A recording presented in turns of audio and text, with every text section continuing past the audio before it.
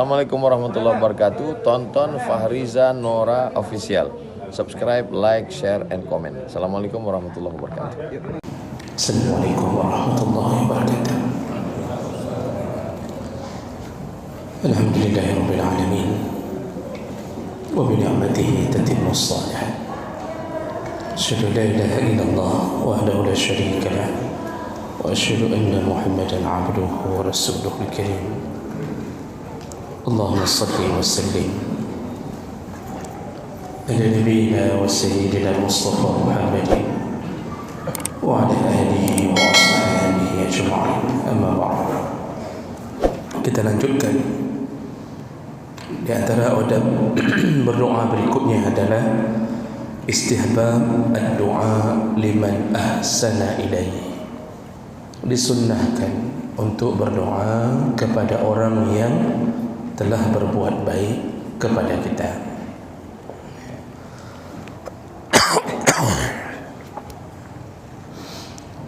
Dan ini menjadi salah satu bukti bahwa kita adalah orang yang bersyukur dan beriman. Ketika kita tidak mampu berbuat baik kepada orang lain, maka jadilah orang baik ketika orang berbuat baik kepada kita. Ketika kita tidak mampu memberi kepada orang, maka balaslah pemberiannya dengan kebaikan kita. Apa kebaikan itu? Doakanlah dia, semoga dia diberi balasan oleh Allah yang lebih dari apa yang dia berikan kepada kita. Itu ciri-ciri orang yang bersyukur pada Allah di saat dia tidak mampu membalasnya. Allah Subhanahu wa taala mengatakan dalam surah Rahman, "Fahal jazaa'ul ihsan illa al-ihsan." Tidak adalah suatu kebaikan atau apabila diberikan suatu kebaikan maka balasannya adalah kebaikan pula. Allah Subhanahu wa taala apabila berbuat baik kepada kita, Allah tidak berharap kita membalas dengan harta, karena Allah tahu kita ini hamba yang fakir. Kita pun bisa memberi karena diberi Allah. Allah tidak berharap kita mampu untuk menyediakan hadiah untuk Allah, tapi cukup hanya dengan taat, cukup hanya dengan tetap menyembah Allah. Itu Allah anggap itu adalah kebaikan. Jadi tahu diri sebagai hamba, tahu diri bahwa dirinya hamba, itu sudah baik. Itu sudah baik. Itu sudah dianggap membalas kebaikan Allah walaupun kita tidak sanggup membalasnya. Bukankah Allah mengatakan, wa in ta'uddu ni'matallahi la tuhsuha. Ketika engkau mencoba menghitung-hitung nikmat Allah, engkau tidak akan mampu untuk menghitung dan membalasnya, tidak mampu. Dan nikmat kita yang paling besar diberi Allah adalah nikmat Islam dan nikmat iman. Ini yang menjadi penyebab terbukanya pintu surga.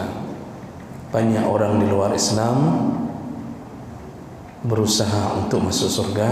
Menurut keyakinan kita, mereka tidak akan mampu memasukinya selama mereka tidak mengakui Allah sebagai Tuhannya. Maka itu diberi ke kita. Maka oleh karena itu berterima kasihlah dengan cara bersyukur. Nah, itu kalau dengan Allah. Dengan sesama manusia pun kita disuruh untuk berterima kasih di atas pemberian manusia. Walaupun yang diberi itu milik Allah, tapi menjadi akhlak pada kita ketika kita tahu berterima kasih. Jemaah berkat Allah, anjing saja, anjing athir, itu kalau kita kasih makan beberapa kali saja, itu dia tahu untuk berbalas budi. Ya. Dia tidak akan menggigit kita, tidak akan menggonggong, bahkan mungkin dia akan menjaga kita. Nyanase, itu anjing, binatang yang paling sering kita jadikan lambang kenajisan.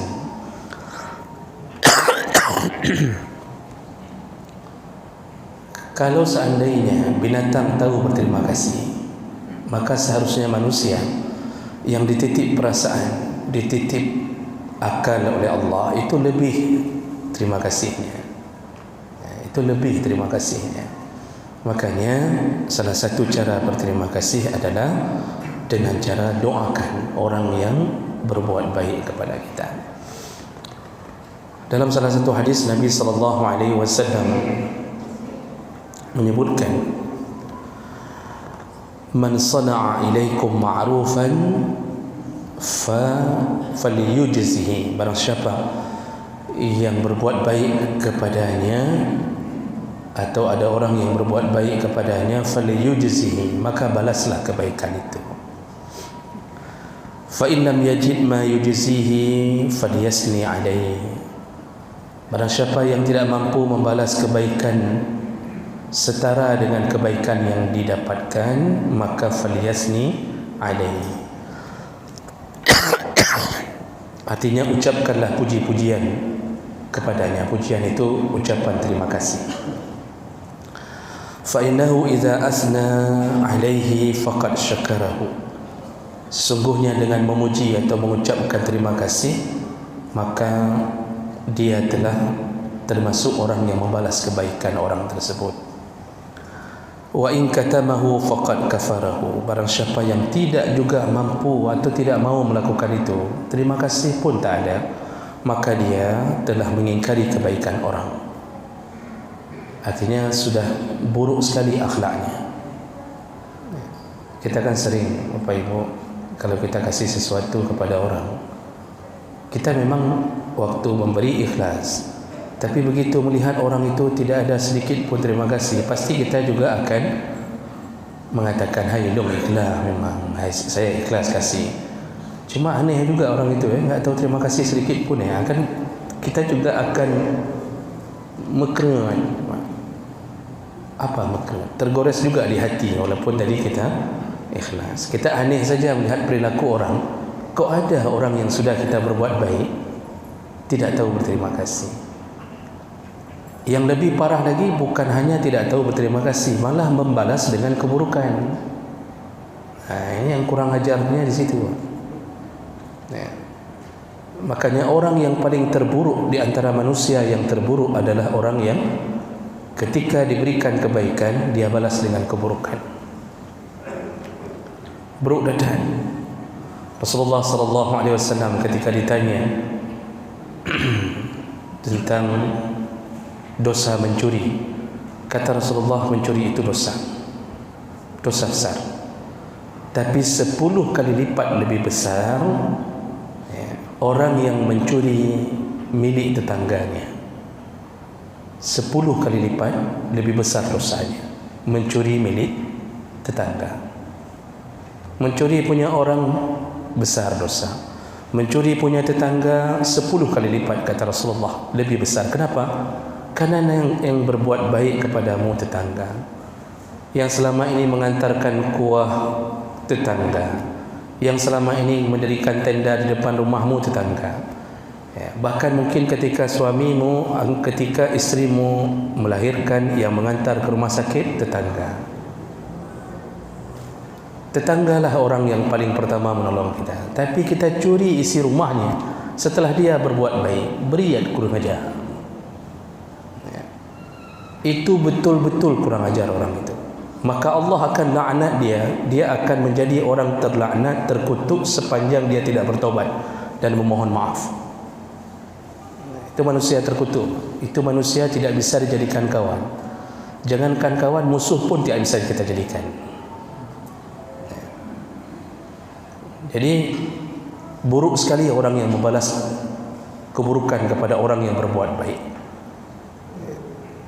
Dan jemaah melakukan Allah SWT, Nabi mengajarkan, kalau orang berbuat baik kepada kita, yang pertama adalah balaslah yang lebih baik. Kalau bisa yang lebih baik. Itu level awal dulu. Au ahsan minhu, kata Allah. Kalau engkau diberi kebaikan, maka balaslah bi ahsan minhu, dengan yang lebih baik. Kalau dia dulu mengantar kado waktu acara walimah anak kita, dia antar kado apa? Mungkin anduk ukuran 1 meter. Maka ketika acara walimah anaknya, itu antarkan handuk yang ukuran 2 meter. Kalau kita kan kadang-kadang kita tandai, Pak, oh semeter kajuk gelung, cuma semeter kamu antar kado, lihat nanti waktu anakmu nikah, dikasihnya kain lap sekecil 10 cm. Jangan, Pak, itu sifat syaitan. Kalau dia hantarkan ke kita 1 plastik atau 1 kilo mangga hasil panen dia, ketika kita panen disuruh hantar 1 kilo, paling kurang 1 on tambah. Itu orang baik. Tapi kalau bisa, balaslah 2 kali lipat. Maka penghuni surga itu dipenuhi oleh orang-orang yang paling baik akhlaknya. Penghuni surga itu dipenuhi oleh yang paling baik akhlaknya. Ketika ditanya oleh sahabat, ya Rasulullah, siapakah penghuni surga yang di atas, maksudnya yang level paling atas bersama para nabi? Apakah cuma nabi saja? Apa jawaban Rasulullah? Tidak. Yang paling banyak menghuni di sana bukan hanya nabi, tetapi ahsanuhum khuluqa, yang paling baik akhlak. Salah satu ujian kita menjadi atau membuktikan kita berakhlak baik, diberi kebaikan kita balas lebih baik.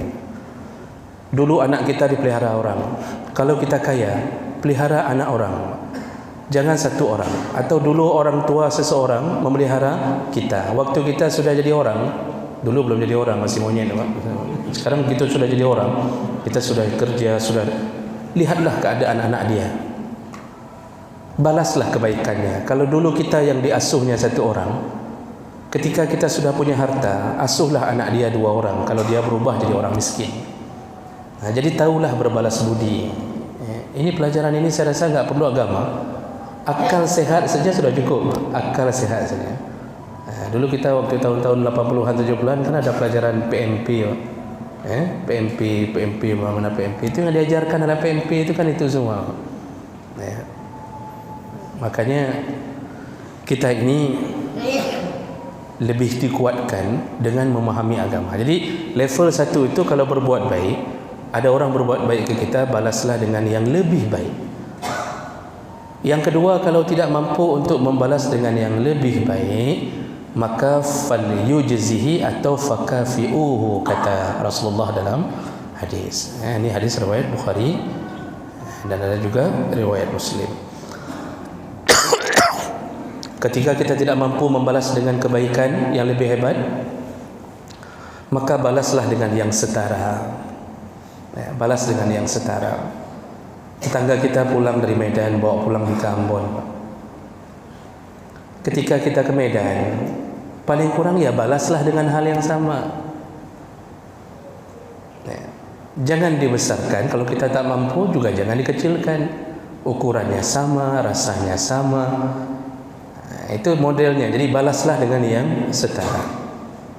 Ketika kita diberi hadiah, di saat kesempatan lain, balaslah hadiah itu. Jadi jangan jadi orang hanya diberi terus-terusan. Tidak baik orang yang selalu tangannya di bawah. Karena Rasulullah telah mengatakan dalam hadis yang sahih, al-yadul 'ulya khairun minal yadi as-sufla. Tangan yang di atas tetap lebih mulia, tetap lebih baik daripada tangan yang di bawah. Jadi tangan yang memberi selalu lebih baik daripada tangan yang selalu menengadah untuk menerima. Jadi hanaga, enggak baik jadi orang yang ditraktir terus-terusan. Jadi kalau pergi ke kedai kopi tiap subuh habis, tiap habis main subuh sampai ke SD kan begitu. Syariah 5 maksudnya. Tiap subuh yang traktir dia terus-terusan. Orang mau ditinggalkan juga enggak enak karena dia jamaah subuh tapi kriat luar biasa. Semayang jamaah subuh tapi kriat luar biasa, Mak. Jadi yang traktir orang terus-terusan, enggak pernah dia traktir orang. Kita tidak bisa membaca dari sisi psikologi saja. Orang yang terus-terusan ditraktir itu dibenci, Pak. Enggak ada yang suka sama orang yang bergaul dengan orang yang tidak tahu membalas kebaikan. Makanya lama-lama dijauhi. Nanti paling datang dari WA pribadi, Pak, di japri ke WA pribadi, yuk ngopi. Baik itu pelejih, jangan kasih tahu dia, diam-diam aja. Sandal taruh di ujung sana satu. Kasih hidup motor jangan bersuara ya. Keluarnya diam-diam saja. Pokoknya jangan tahu dia biar zikir aja sampai salat duha di sini. Itu menunjukkan psikologi orang tidak suka. kalau orang bergaul dengan orang yang tidak tahu membalas kebaikan. Nanti paling kalau terjebak begitu sedang minum kopi, tiba-tiba dia datang belakangan. Itu orang baik itu kan terjebak di situ, ya terpaksa berbuat baik juga. Waalaikumsalam. Pio, kenal. Lah hatinya gudih. Cuma enggak enak saja, karena orang Islam itu banyak enggak enaknya, Pak. Penghuni surga itu hidup di dunia banyak enggak enak lah, janganlah. Nanti putus silaturahim, janganlah, enggak enak. Makanya pintu surga itu ditutup dengan al-makarih, semua yang tidak enak. Maka kan orang Islam itu banyak enggak enaknya, jangan. Terus-terusan dia tahan. Nanti kalau dah marahan baru bertung sekali, Pak. Masa sudah marah itu, baru dia akan mengatakan ikan. Kamu harus tahu diri ya. Kamu selama ini kami traktir terusan. Itu satu kedai kopi bicarakan tentang kamu. Sebenarnya kami mau milih kamu untuk jadi presiden 2024 karena tak aku pilih kah. Makanya kenapa para caleg suka berbagi? Itu rahasianya agar dipilih. Rahasianya memberi, Pak. Walaupun setelah diberi tidak dipilih juga. Nah, jadi jemaah melakukan Allah, balaslah dengan yang setara. Itu orang baik. Fa innahu iza asna'a fa in lam yajid, kalau dia tidak menemukan apa yang bisa setara dengannya, ternyata orang miskin, kita diberi beras setiap bulan, anak kita dikirimkan uang untuk uang jajan sekolah, SPP, anak kita di pesantren dibayarkan, kita buruh kasar, kita tidak mampu membalas kebaikan orang. Nah, disitulah kalau tidak mampu membalas orang dengan harta kita, dengan tenaga kita. Jadi mau balas dengan tenaga pun kita tak sanggup. Makanya orang-orang miskin, Pak, yang saleh itu kalau nggak sanggup dengan uang, begitu mendengar acara di rumah orang yang sering menolong dia, itu dia nggak pulang-pulang, Pak, dari pagi. Itu orang miskin yang beriman, saleh. Dia nggak tahu kayak mana cara ada balas, kayak mana kita balas kebaikan. Anak kita dipeliharaannya, ya, kemudian kita dibantunya, makan minum dibantunya. Maka orang miskin yang beriman itu, ketika misalnya orang kaya itu buat acara, itu orang miskin itu enggak pulang-pulang dari rumah itu, cuci piring, cuci ini, untuk hanya membalas kebaikan selama ini. Itu beriman. Enggak mampu juga, ternyata dia badannya lemah, tidak mampu membalas kebaikan dengan tubuhnya. Maka disitulah Nabi berkata, fad'u lahu, maka doakanlah orang itu. Jadi mendoakan orang yang berbuat baik, hatta taru annakum qad kafa'tuhu, doakanlah terus-terusan sampai engkau merasa bahwa engkau telah membalasnya melalui Allah Subhanahu wa taala. Makanya berdoa itu salah satu tempat yang paling mulia adalah mendoakan orang yang menolong kita, berbuat baik. Walaupun berbuat baik hanya sekedar membawa hadiah. Ini ada orang bawa hadiah ke rumah, dia bawanya satu plastik jeruk besar. Dia beli satu plastik jeruk sekilo. Itu ketika kita terima, atau dia bawa bolu lah ke rumah kita, ya, bolu yang dibungkus dengan baik dia bawa. Maka mulut kita ini itu harus otomatis ucapkanlah doa. Nah, apa doa yang terbaik? Nabi menyebutkan, Rasulullah sallallahu alaihi wasallam menyebutkan, hadis riwayat Tirmizi dari Usamah bin Zaid. Qala Rasulullah sallallahu alaihi wasallam, man sana'a ilaihi ma'ruf faqala li fa'ilihi, barang siapa yang menerima kebaikan dari orang lain, maka doakanlah orang yang berbuat baik itu dengan kalimat jazakallahu khaira. Faqad ablagha fis sana, kalau dia ucapkan kalimat itu, sungguh dia telah mengucapkan doa yang paling tinggi. Ablagha fis sana itu pujian paling tinggi, itu doa terbaik.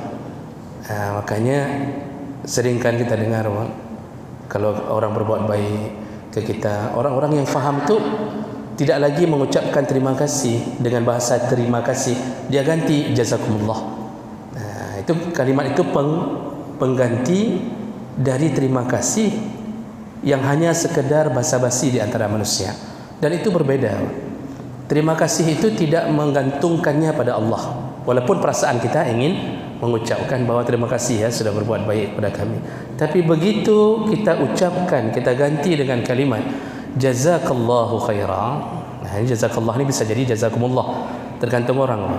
Karena dalam bahasa Arab itu kalau jazakallah itu untuk seorang laki-laki, kalau jazakillah untuk seorang perempuan.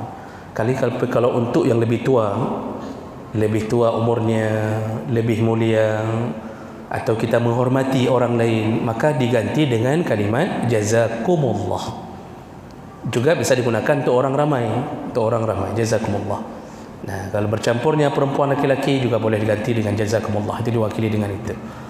Nah, apa artinya? Semoga Allah membalas kebaikanmu khaira, dengan yang lebih baik. Bayangkan Pak, kita enggak mampu balas.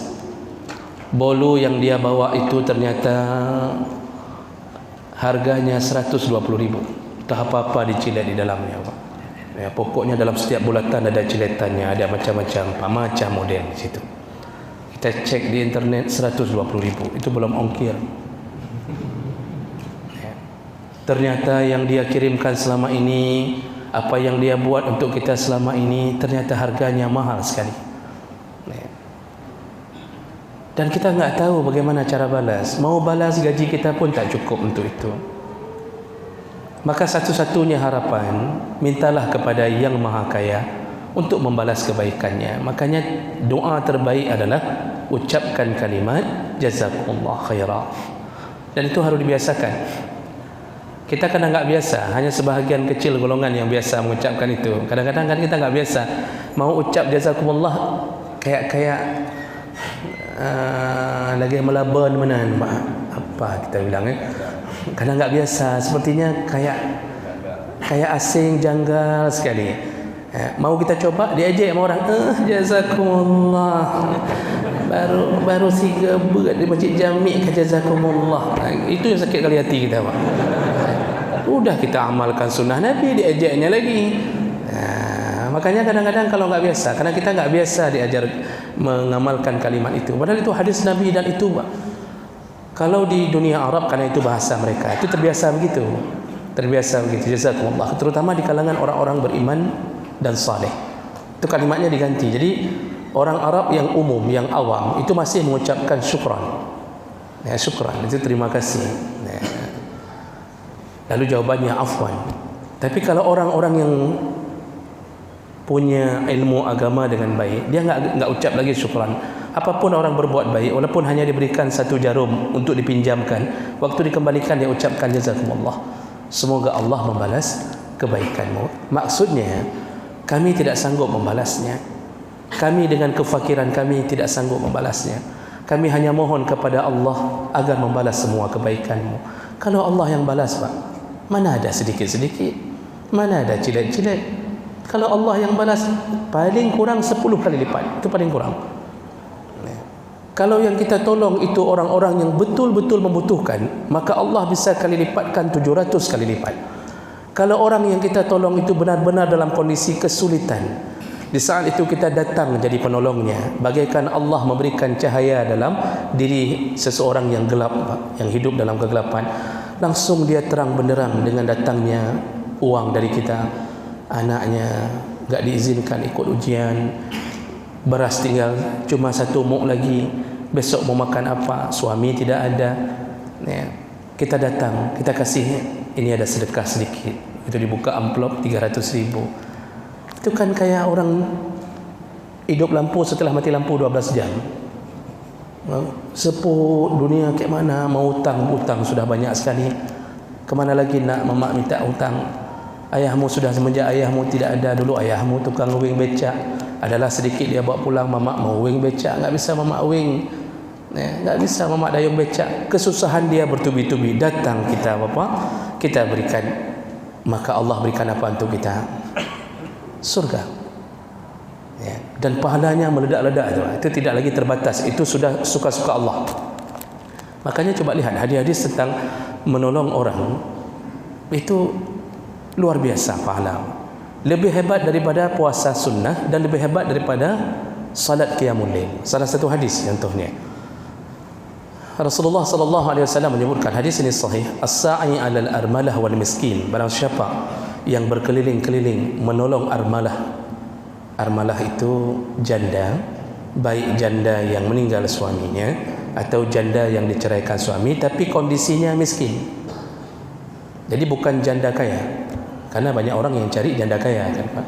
Ini janda miskin. Miskin kemudian tidak menarik lagi. Ya, betul, tidak menarik, enggak ada rencana kita jadikan istri. Kalau ada rencana jadikan istri kan ada sedikit nyeleweng niat kan, ini enggak ada. Ya. Dan dia punya anak yatim. Kita datang setiap bulan. Kita kasih untuk beli beras, beli telur satu papan segala macam. Apa kata Nabi? Yang berkeliling-keliling. Berkeliling itu maksudnya sengaja mencari. As-sa'i itu seperti orang sa'i, berkeliling mencari janda yang miskin, kemudian anak yatim. Rasulullah mengatakan posisinya kal mujahid fi sabilillah, seperti orang berjihad fi sabilillah. Disambung, fahuwa kal qaim la yaftur wa kas saim la yuftir, dan dia dapat pahala seperti orang yang melakukan qiyamul lail, salat sepanjang malam tidak berhenti-berhenti, sekaligus dapat pahala seperti orang puasa tidak pernah berbuka. Maksudnya saking hebatnya puasanya. Itu pahala menolong orang. Terucap di dalam kalimat dia jazakumullah. Maka sama orang yang kita tolong itu kita kasih tahu nanti ke depan, ucapkanlah jazakumullah. Jangan ucap lagi terima kasih, jazakumullah aja ucapnya. Walaupun terima kasih yang dia maksud tentu kita tetap dapat pahala. Tapi dengan dia mengucapkan jazakumullah, dia telah melaksanakan dan mengamalkan kalimah Nabi yang terbaik. Jadi jangan fikir Pak, jangan fikir kita duduk di masjid terus-terusan berzikir dari pagi sampai jam 10 pagi yang ada debit. Jangan fikir itu lebih hebat daripada amalan menolong orang. Tidak. Amalan menolong orang lebih hebat daripada amalan-amalan sunnah, kecuali yang wajib. Kalau yang wajib nggak bisa dikalahkan, itu wajib. Tapi amalan sunnah, puasa Senin Kamis bisa kalah dengan bantuan kita kepada orang miskin. Itu sehingga Ibnu Battal dalam kitab Al-Bahrul Muhyit itu menyebutkan, itu hadis Nabi itu sebenarnya kata Ibnu Battal, itu kesempatan bagi mereka yang sudah nggak sanggup puasa, nggak sanggup tahajud. Kita nggak sanggup. Ini puasa Asyura. Ini nanti 9 Tasu'a, Asyura, hari ke-10 Muharram. Kita nggak sanggup berarti katakan kita memang punya penyakit, kita lemah, nggak biasa, atau punya kewajiban yang kita nggak mungkin puasa. Gantilah dengan sedekah setiap minggu, setiap bulan. Dan orang yang dibantu pun sering-sering ucapkan jazakumullah. Jadi Bapak Ibu yang Allah muliakan, begitulah doa yang diajarkan bagi orang yang dibantu atau ditolong oleh orang lain. Makanya Rasulullah sallallahu alaihi wasallam menyebutkan dalam hadis riwayat Bukhari, la yashkurullah man la yashkurun nas. Tidak disebut atau bukan orang yang bersyukur kepada Allah apabila dia tidak tahu bersyukur pada manusia. Jadi orang yang enggak tahu terima kasih itu tidak tahu berterima kasih kepada Allah. Dengan Allah dia tidak terima kasih di atas nikmatnya, dengan manusia pun dia tidak tahu terima kasih. Ini doa yang harus sering-sering. Kadang-kadang Bapak Ibu, ini sebagai penutup sebelum kita tanya jawab, kadang-kadang kita ini setelah memberi sedekah, kita kan tidur, kita melanjutkan hari-hari kita, kita kasih 300.000 untuk orang yang kita tolong sehingga mereka bisa makan, menghidupkan kompornya kembali. Kita tidur, lalu kita lanjut, kita sudah lupa. Tapi ketahuilah, di tengah malam, di saat kita tertidur, mungkin ibu yang janda itu dengan anak-anak yatimnya, mereka mungkin mengangkat tangan kepada Allah, ya Allah tolonglah orang yang telah menolong kami, ya Allah, karena bapak itulah kami bisa makan sampai hari ini, ya Allah. Kita tertidur Pak, walaupun ngorok, dalam setiap ngorok itu malaikat berkumpul mengirimkan pahala untuk kita. Dari siapa? Dari mulut orang yang kita berikan bantuan kita. Maka kadang-kadang kita masuk surga bukan dengan doa kita, dengan doa orang. Dengan doa orang. Makanya jangan sampai hidup ini tanpa rencana untuk menolong orang-orang yang disuruh tolong oleh Allah Subhanahu Wa Taala. Lalu kita yang ditolong, ucapkanlah kalimat jazakumullah khairan. Ya, baik. Ini adab dalam berdoa, yaitu berdoa kepada orang yang berbuat baik.